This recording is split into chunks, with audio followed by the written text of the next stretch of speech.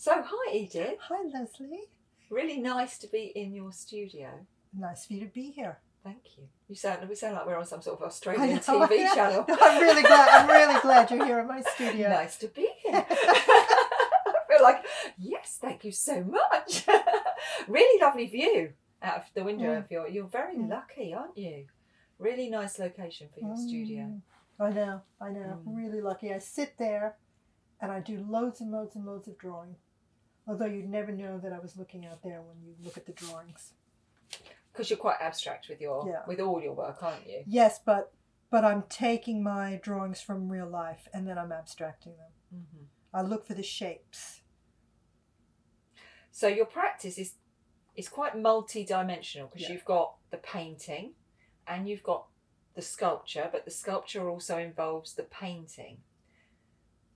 What makes you decide this bit of inspiration, I'm going to take this into a sculpture, or this, I'm going to take this into a painting?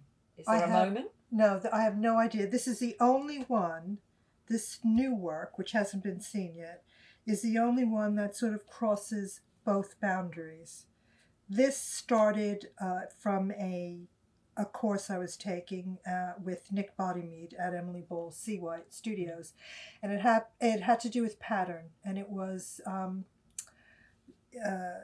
all about pattern. And I did it loads and loads of drawings. It was a 3-day course, loads and loads of drawing, black and white, with charcoal, only charcoal. I took it home and I thought, what am I going to do with it? And then lockdown came and I started to do something with it. And I started to paint on the fabric. And from there, I played with it and I started rolling it up. So can I show you over here? These were the ones that were just on, it came from the Cuba cloth. Yeah. And lots of charcoal drawings, which I then folded up, played with, 3-dimensional, because these people used to take these things that they made, rugs, made them into clothing. They used to roll them up and take them with them to the next place they would live. And I thought, oh, that's really interesting. So I started to play with this, and I played with it even more, and I started to cut the paper, very, very simple shapes. I started to color it, and then I decided during lockdown to do something with it. I thought, well, how can I don't want to do it in paper. What can I do with it? So I started to do it on the fabric, and then I had to think about, well, how am I going to make it 3-dimensional? How am I going to make it like this and stand on its own? Because it's just fabric. So I figured out. This is very much like your paintings, isn't it? There's a real essence of your paintings in this. Yeah, and I didn't realize that until after.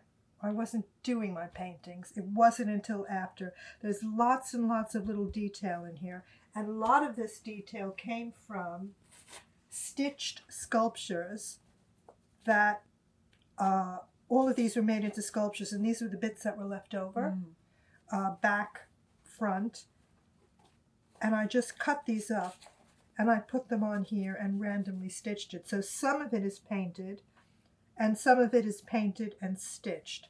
And I think you can have a better idea of the reverse. It's all that stitched almost here. Looks like one of your paintings. Yeah. Because if we look at the paintings even just behind you here, there's so much essence of the paintings crossing over into the back. I love seeing the backs of things. Yes. It's most interesting on the back. And it wasn't until a few days ago that I thought, oh, the back is just as interesting as the front.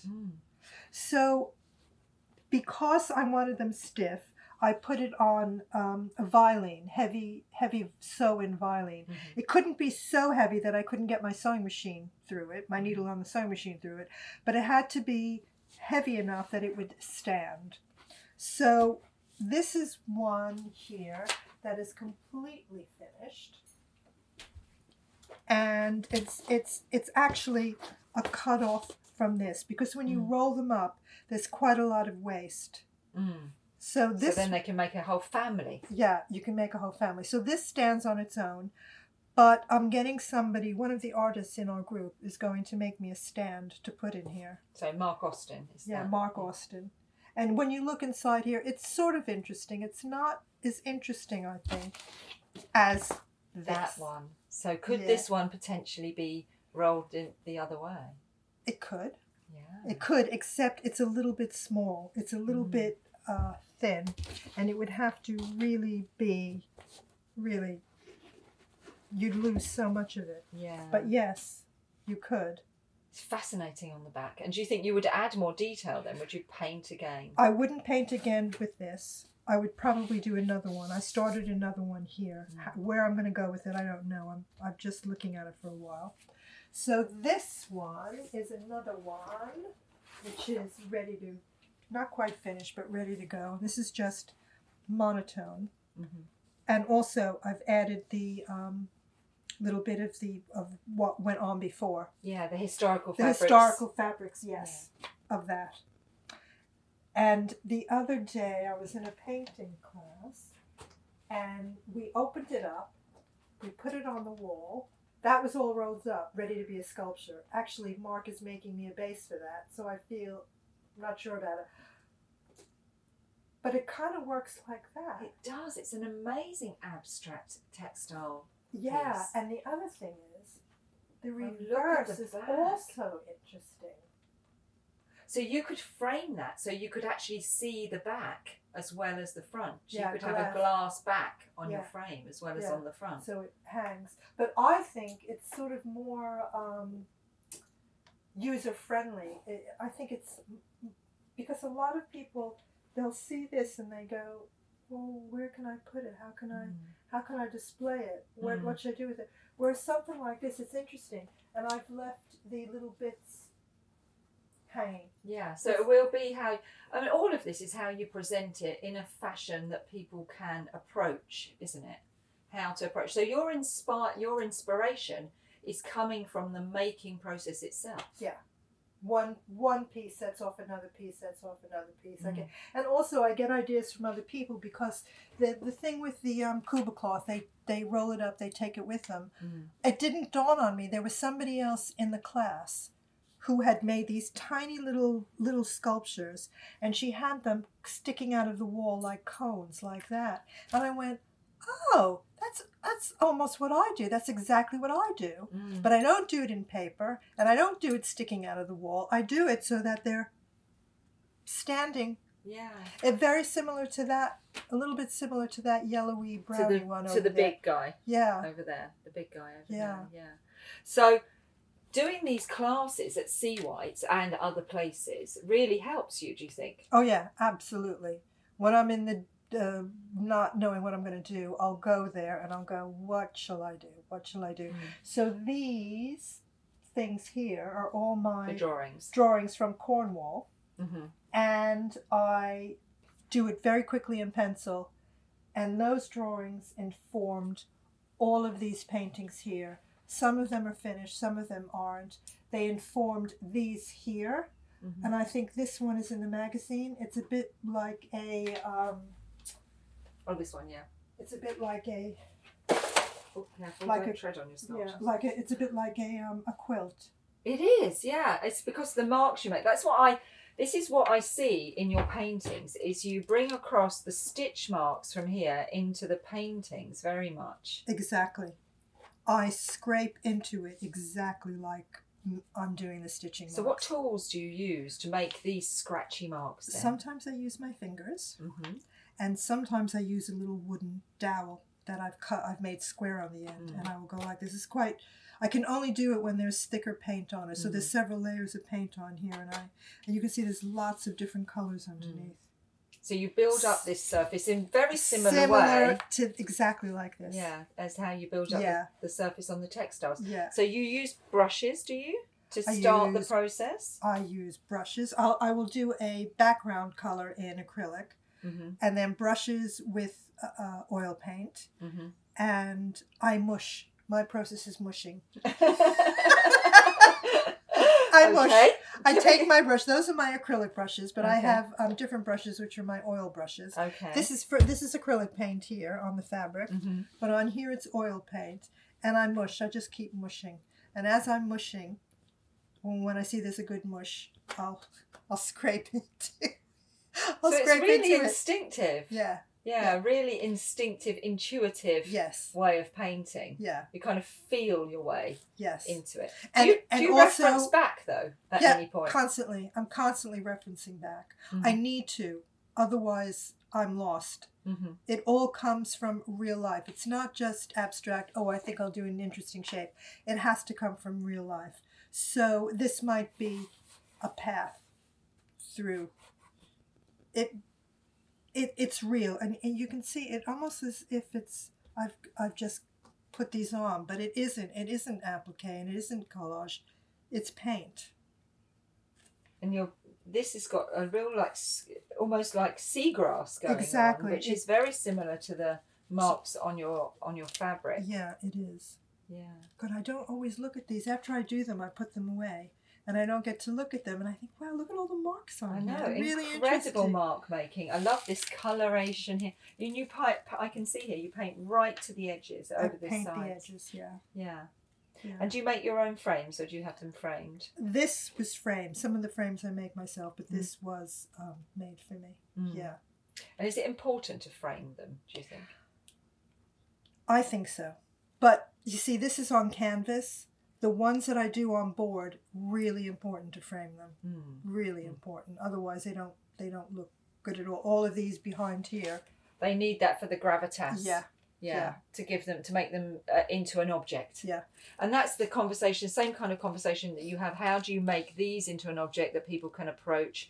The same thing with the paintings. You're thinking the whole way through of the process. Yeah. And so is that part of your practice, do you think, how to present the thing in the end? Yes, but sometimes it holds me back. It's better if you just do it. I'm better if I'm just not thinking about what it's going to be in the end, because it paralyzes me. Then I can't be creative. I'm better if I'm just making something, and then I have to figure out what I'm going to do with it or not. Sometimes it sits for a while, and then I'll get one of these aha moments, or somebody will come into the studio and go, oh, that looks really good. That would look good like that. Or they'll pick it up and they'll start playing with it, usually an artist friend, and I'll get, oh yeah, I hadn't thought about it like that. So having artist friends come into the studio and having a tribe that you can chat to and correspond, is really important. Yeah, or going to my art classes that I might do once every few months. Then, or going to galleries, which I haven't done for a while. I will get inspiration. I will see something that somebody's done, and I go, that is such a good idea. I could take that idea and use it my way. So it's inspiration. You're not copying. No. But we all need to go out there and see things from different people's perspectives. Like you were saying about the lady taking a concept that's very similar to yours, but then making it a wall mounted, then led you to think about wall mounted. But you're not going to copy what she did, but it will inspire you to look at something differently. Yes. Yeah. And I think that this piece has got some way to travel. What I like about it, it's a bit wonky. I do. I like wonky. Because my first reaction would be, oh, I got to straighten it out. It doesn't look good. But I like it wonky. Yeah. And I like the stuff sticking off the side of it. Yeah. So, if I ever did go further with it, I wouldn't make it straight. It has I would to just retain its wonky. Yeah. So you're going to become known as the wonky artist. Yeah, I like wonky, mushing and wonky. Mushing and wonky. Yeah, you're getting a whole new dictionary. This is the artist dictionary that we're writing live. Yeah. Mushing and wonky. Okay. Yeah. And this piece caught my eye over here, which looks a little bit to me, because all of us, our brains try and tell us what we're seeing. Be careful, that still might be wet. This might be wet, people. But this caught my eye.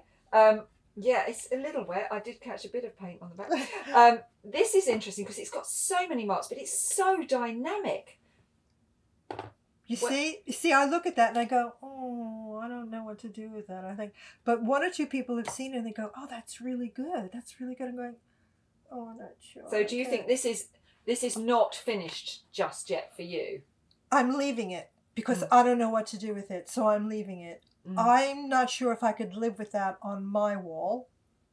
That's why I'm leaving it. And you're the artist. And there's interesting stuff happening in it. It's a really interesting patch here. Yeah, and my little marks again. Yeah. My little tiny marks I've got in there. So part of your process is not to fret about that, but just to leave it. That's one of the reasons why I have to work on about 20 things at once. Yeah. Yeah, because you've got another one. I mean, that one's really a lot of marks. And then you've got this one, which is really minimal. Yeah. Really minimal marks, isn't it? Yeah. Again, that doesn't have the same amount of paint that those do. Mm-hmm. That's completely different. But this is on board. That's on canvas. That doesn't matter. That can have a lot more paint on it. But something like this definitely, absolutely has to be framed. You couldn't. It would look silly being put on the wall like that. But it's very similar. Yeah, the same language. You can see all the same language. Same language in this and that. Yeah, absolutely. And so this one is just sitting, waiting to see how you feel about it. It's in the process. It's in the process. All of these are in the process. Some of them seem like they're finished. This one seems like it's finished. That's going to be very wet. I wouldn't touch that. I'm not touching that. Don't touch anything. Don't touch. Don't touch these. You're oil paint on myself. And there's some over here that are also. These are finished. These are all finished. These are. This is how I transport them. Okay, so let's move that off of there. These are all works in progress. Yes, try not to put oil paint. Same theme. You've got quite a distinct colour palette as well.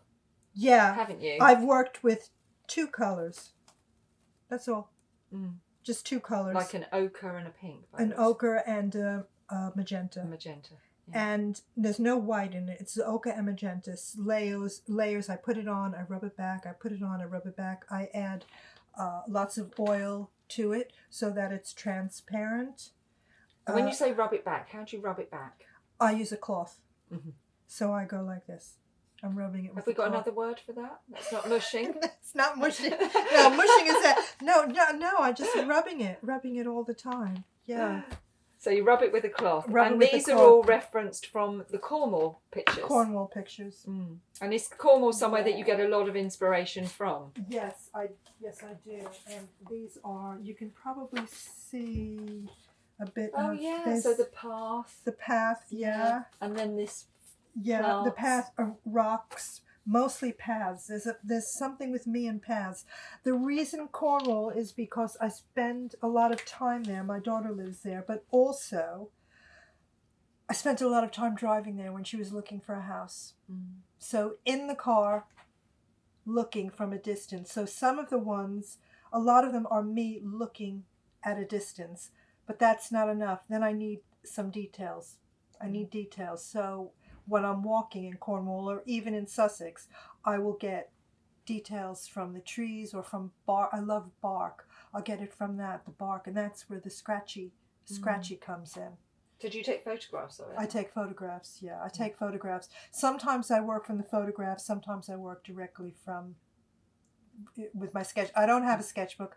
I walk around with paper, and all my paper is square because all my work is square. So you have a pad of paper that you're I carry paper. Yeah. That's absolutely fascinating, the journey that the production and how you see it going across the two. I know, and the thing is, I don't even see it happening.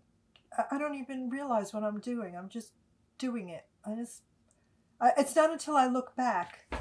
But you're just doing it based on all of the work you've done right from when you did your degree back in America all those years ago. Not too many years ago, but a few years ago.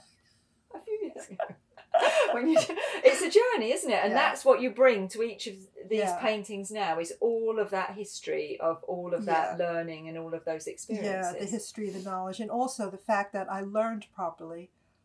But learning properly, there were good things about it. But then now I can break the rules. Yeah. I can break the rules. Yeah. Yeah. Once you know how to do it. Yeah.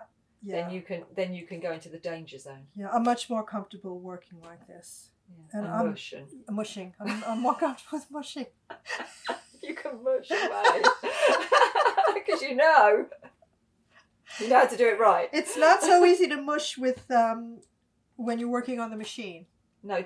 So last question for you is, this is This is all machine stitch. Do you do hand stitching as well? I do hand stitching as well. So it's a mixture. Yeah, I don't. All my pieces that are hand stitched are packed up now. But I will take fabric like this and I'll walk around with it and I'll hand stitch. Usually just a running stitch, just little bits of a running stitch, and then I'll leave it. And I don't think I have anything here. No, I don't. No, I don't. But it is part of. It's all part of it. Oh, look, this is me dyeing. So you dye your own fabric as well? Sometimes, not always. Yeah, sometimes I do. Yeah. And you have this lovely little box here that's got all these like amazing things in it. I know. It's like a magic box. I know. Well, that's not everything. A magnet. For all the needles that fall on the floor. For all the mushing. Yeah, the needles that fall on the floor. Look at this. Isn't this sweet? It's a little pin cushion. Oh. You just put it on. Put it on your finger. Oh, yeah. So cute. Like a little ring. Do you actually use it? No. No. Never. And I don't use this either. I just get holes in my fingers. But you know when you're pushing. These things. I have them. They're really sweet. Beautiful threads. Yeah, and look, needles. I love this as well. Yeah. It's where you keep your needles before you drop them on the floor and have to take the magnet to go and find them. Yeah. Every single kind of sewing machine needle.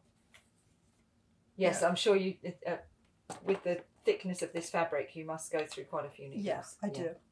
Yeah.